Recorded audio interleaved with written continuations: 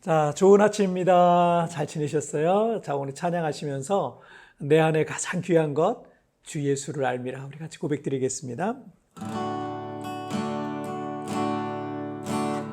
내 안에 가장 귀한 것, 주 예수를 알미라. 그 흠보다 더 귀한 것 예수를 알미라. 세상 지식보다 귀한 것 예수를 알미라. 내 안에 가장 귀한 것 예수를 알미라.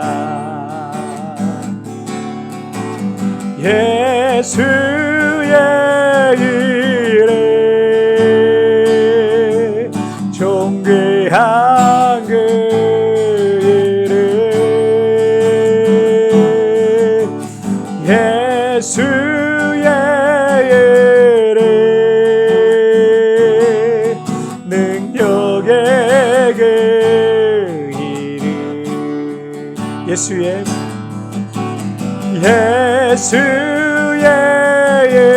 이름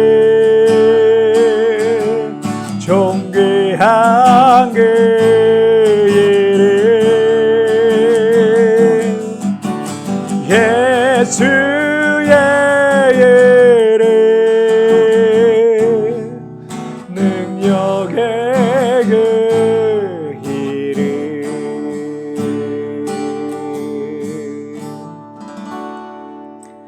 자, 우리 기도하겠습니다. 하나님 아버지 감사합니다.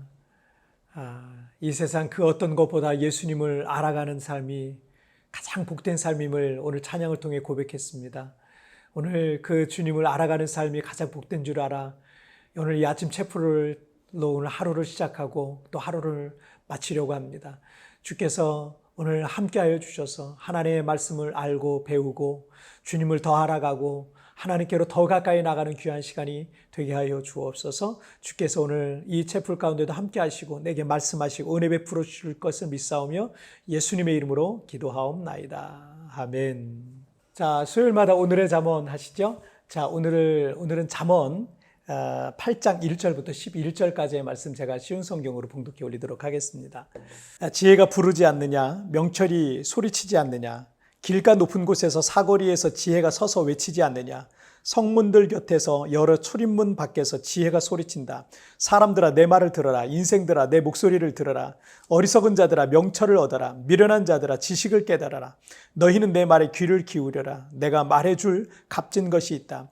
내가 하는 모든 말이 옳은 것이다. 내 입은 진실을 말하고 나는 악을 미워한다. 내가 하는 말은 모두 의로우며 그 가운데 잘못되거나 왜곡된 것이 없다.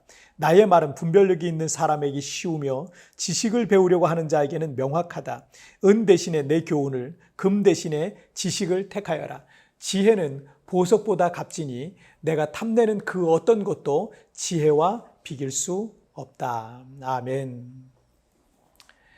우리는 다양한 문화와 또 목소리와 또 사상 속에서 지금 우리가 세상에 살고 있죠.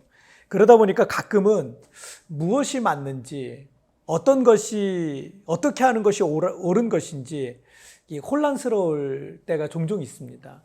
몇몇 정치인들과 어떤 단체들에서, 시민단체에서 입법하려고 시도하고 있는 그 포괄적 차별금지법이라는 게 있어요.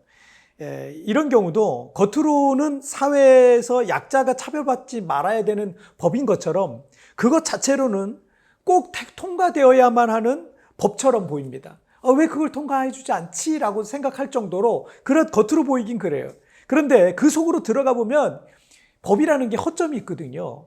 이 차별금지법이 무작정 통과되게 되면 우리 사회의 질서들이 무너지기 시작하고 또 사회가 병들기 시작합니다. 예를 들어 차별금지법 안에는 성소수자에 대한 내용이 있어요. 만약 교회에서 소돔과 고모라와 같이 동성애에 관한 설교를 하게 될 때, 성경에 나와 있으니까 설교할 수 있잖아요. 그런데 그렇게 될 때 성소수자들이 이 차별금지법을 근거로 그 설교자를 소송할 수 있어요. 놀랍죠? 신고할 수 있어요. 소송을 하잖아요. 그러면 손해배상과 시정명령, 앞으로 이거 안 하겠다, 시정명령과 또 형사처벌까지 시행할 수 있게 되는 거예요. 그래서 이 법이 통과되는 즉시 동성애라는 말, 교회에서는 그걸 가르칠 수가 없어요. 동성애라는 이런 것은 교회에서는 금기어가 돼버리는 거예요.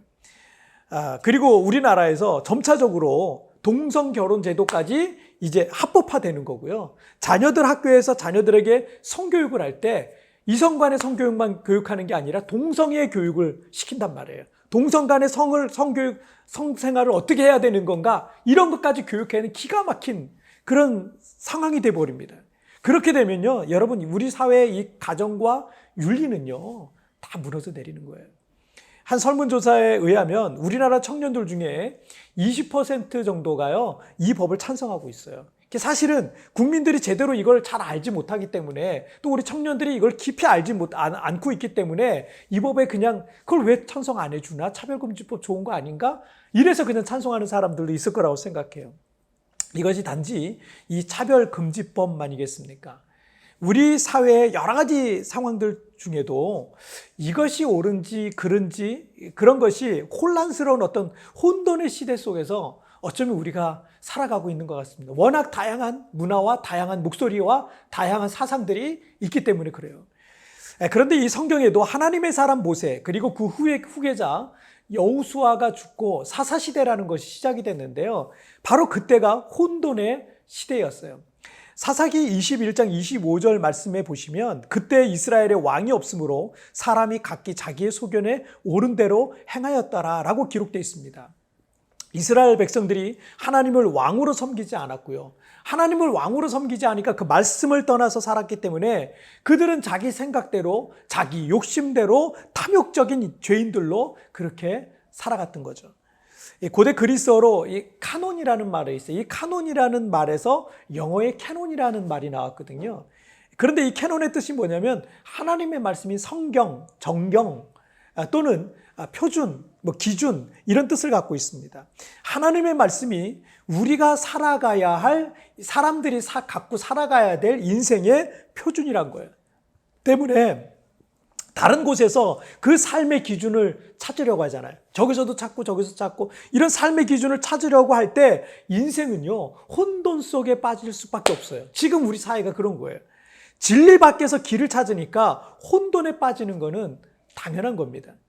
잠언 8장 4절 말씀에서 사람들아 내 말을 들어라, 인생들아 내 목소리를 들어라고 지혜, 즉 하나님의 말씀이 어리석은 사람들에게 말하고 있는 거예요. 자, 왜냐하면 하나님의 말씀을 통해서 그 이후 5절부터 8절까지 보면 명철을 얻게 된다, 지식을 얻게 된다, 값진 것을 얻게 된다, 옳은 것을 알게 된다, 진실을 알게 된다, 악을 미워하게 된다, 의로운 것을 알게 된다, 잘못된 길을 깨닫게 된다. 이런 것들을 하나님의 말씀을 통해서 알게 된다는 거예요. 그래서 9절을 보시면 나의 말은 분별력이 있는 사람에게 쉬우며 지식을 배우려고 하는 자에게는 명확하다. 자, 이 9절에 나오는 분별력이 있는 사람이라든지 또 지식을 배우려고 하는 사람들은 지혜로운 사람들이에요. 그들이 하나님의 말씀을 보게 될 때 이 세상에서 알 수 없는 진리를 깨닫게 되는 겁니다. 그리고 10절과 11절에서 그 하나님의 말씀을 선택하는 것이 이 세상의 어떤 금은 보화 보석보다 더 귀하다라고 말하고 있는 겁니다. 미국인들이 가장 존경하는 미국의 16대 대통령인 아브라함 링컨이 말하기를 이 책이 없었으면 우리는 옳고 그름을 분별할 수 없었을 것이다. 내가 믿기로는 성경은 하나님께서 인간에게 주신 최대의 선물이다라고 말했어요. 말씀 속에 모든 해답이 있습니다. 저도 신앙생활을 이렇게 쭉 해보니까 말씀 속에 해답이 거의 다 있어요. 말씀 속에 길이 있더라고요. 이것이 옳은지 저것이 옳은지, 이렇게 살아야 할지 저렇게 살아야 할지 답답할 때가 있을 겁니다. 우리 한 개인의 인생을 살 때도 그렇잖아요. 그런데 여러분, 성경 속에서 이미 그걸 다 말씀하셨어요.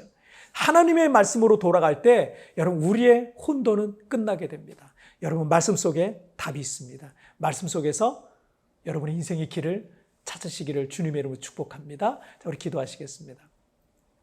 살아계신 하나님 아버지 감사합니다. 과거 우리 믿음의 선조들 중에 정말 금, 은, 보석보다 하나님의 말씀을 더 귀하게 여겨 그 하나님의 말씀을 새끼 식사보다 더 귀하게 여겨서 그 말씀을 가까이 하고 하나님 앞에 그렇게 살았던 믿음의 선조들이 있었습니다. 하나님, 우리가 이 세상에서 또 하나님 외에 다른 것에서, 말씀 외에 다른 것에서 길을 찾다 보니 때로는 혼돈에 빠질 때가 너무나 많습니다. 이제 하나님 말씀으로 다시 돌아오길 원합니다. 그래서 말씀에서 답을 찾고 말씀에서 우리의 길이 열려지는 것을 보게 하여 주시옵소서. 오늘도 어떻게 살아야 될지, 어떤 걸 선택해야 될지 그걸 잘 모르는 그런 마음이 복잡한 우리 성도들이 있습니까? 오늘 하나님의 말씀으로 돌아가서 말씀 속에서 그 답을 찾고 길을 찾을 때 하나님 그 길을 열어주시옵소서. 하나님이 가장 원하시는 하나님의 선한 길로 우리 성도들 이끌어 주시고 인도하여 주옵소서. 오늘 하루를 살 때, 오늘 하루의 삶 속에서도 주님 나와 동행하시고 내 삶을 하나님이 가장 원하시는 삶으로 이끌어 주옵소서.